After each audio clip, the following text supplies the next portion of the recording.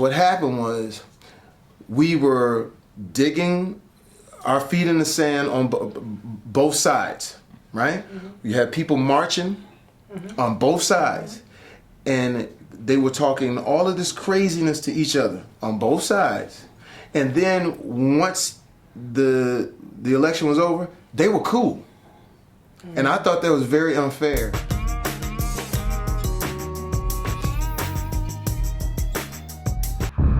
The city is crawling with dirty cops. Ladies and gentlemen, Nevada's finest. Looking for this? Vincent Downs, homicide. Jennifer Bryant. We're internal affairs. Big bad policewoman. I like that. All right, we are here with the two biggest stars, the two stars Speak of on the it. movie Sleepless. You guys rocked it on first it. and foremost. And of course, I know our audience knows who you are. But I'm just going to introduce you myself. Michelle Monogham, you are a Golden Globe nominated actress. Amazing. We've seen you in True Detective.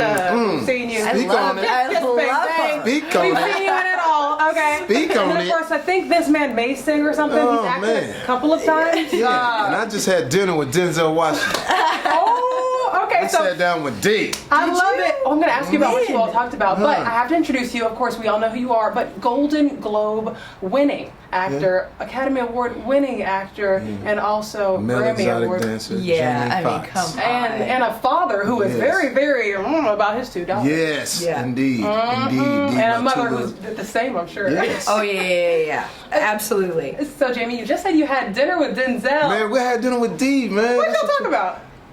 Man, Seriously, sports. You know what? I got two cool friends, Dana and David Pump, and they call us. And they're really good friends with Denzel Washington. Yo, D is we're having dinner at Monty's, and we go down every once in a while and just sit there and sit around the feet of Denzel. And just listen to Oh him, my you know. gosh. All right, okay, Yeah. okay, all right.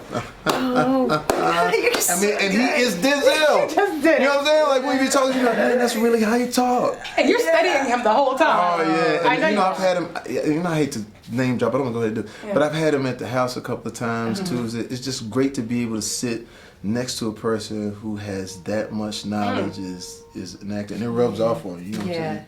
And he was also an inspiration for how you created the role here. I mean, it wasn't just Detective Downs. This was also, you studied Denzel to get ready for Detective Downs. Yeah, I even say sometimes I call it the Denzel take when you in the car with the kid.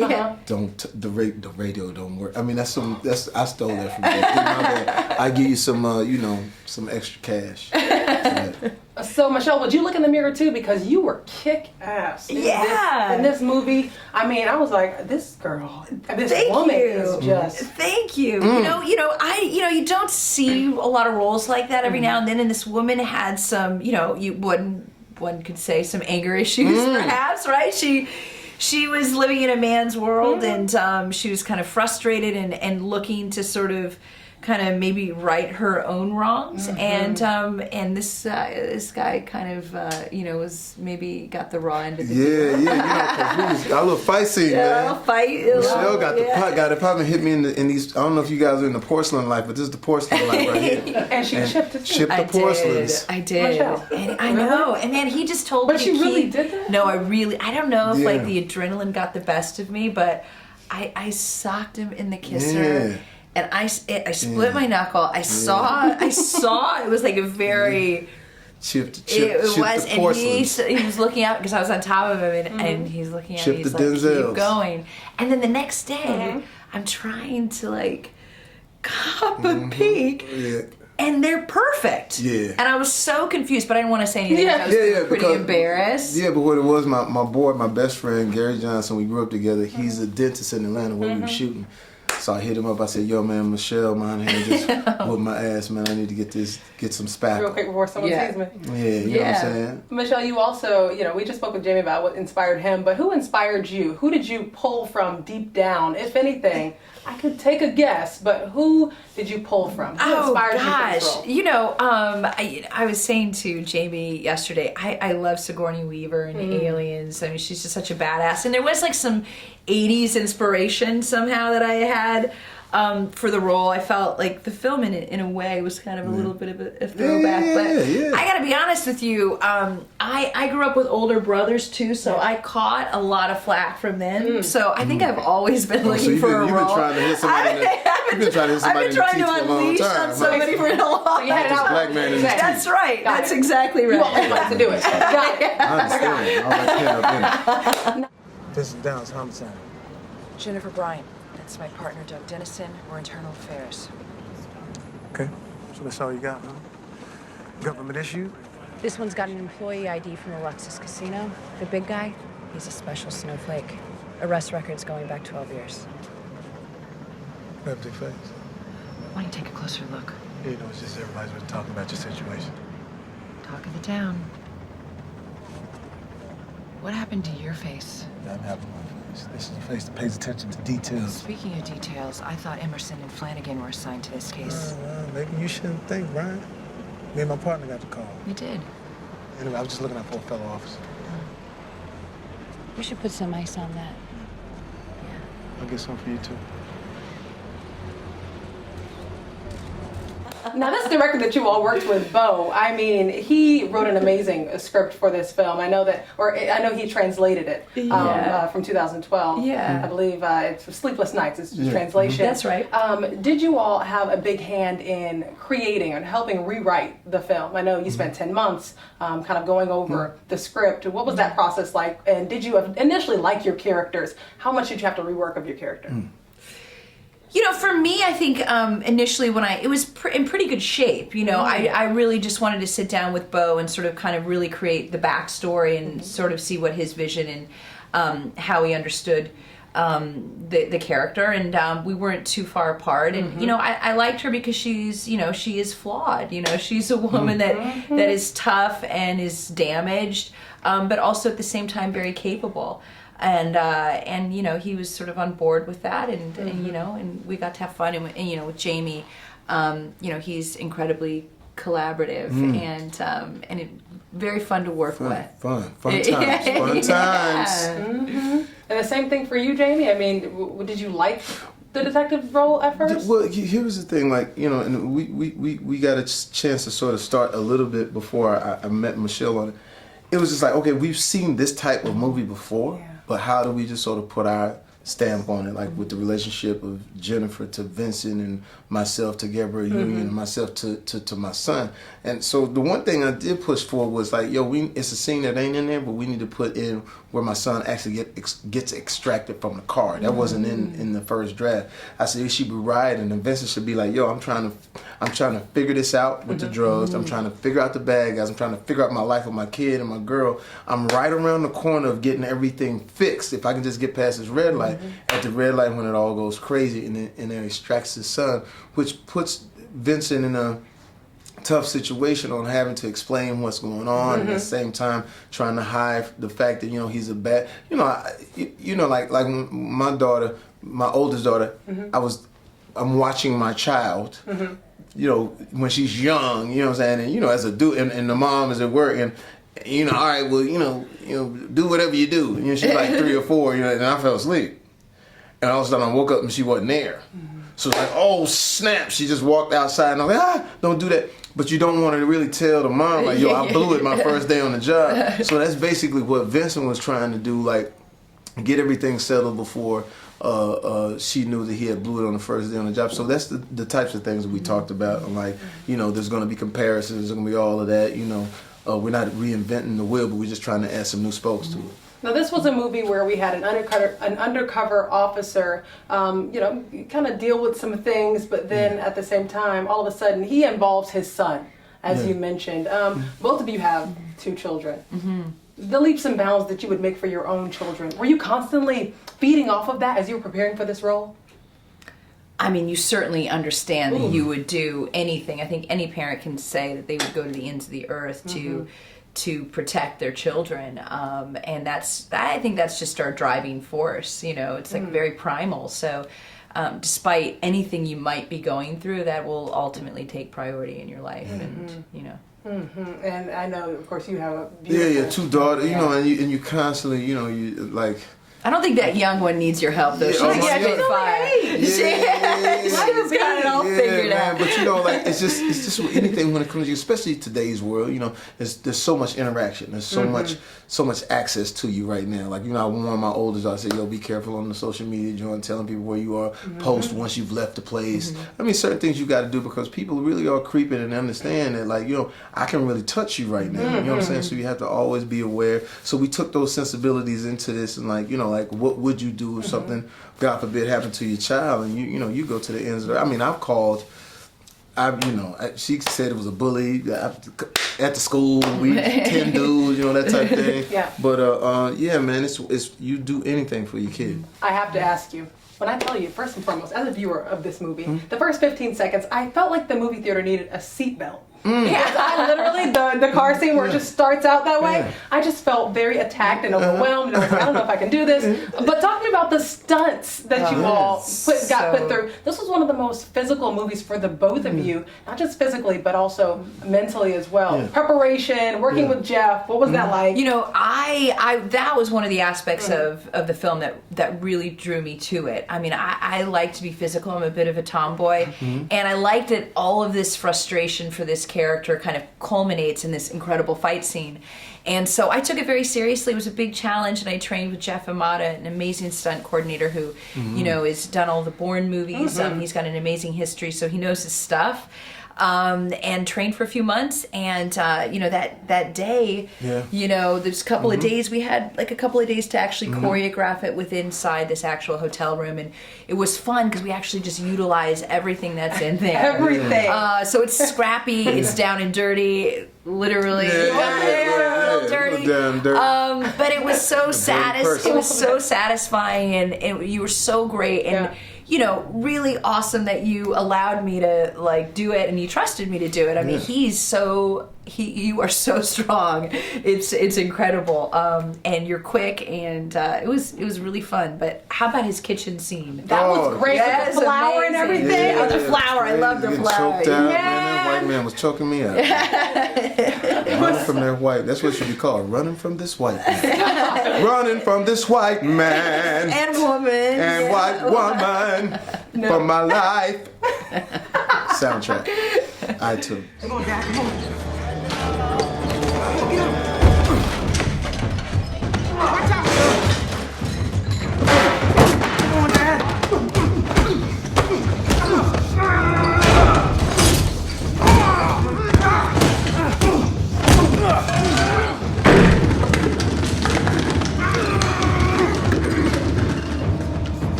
Sleepless is the name of Sleepless. Sleepless is the name of the movie. Could you kind of give us a Sleepless jingle? Because you used to do jingles a couple of years ago on your Instagram. Is there one?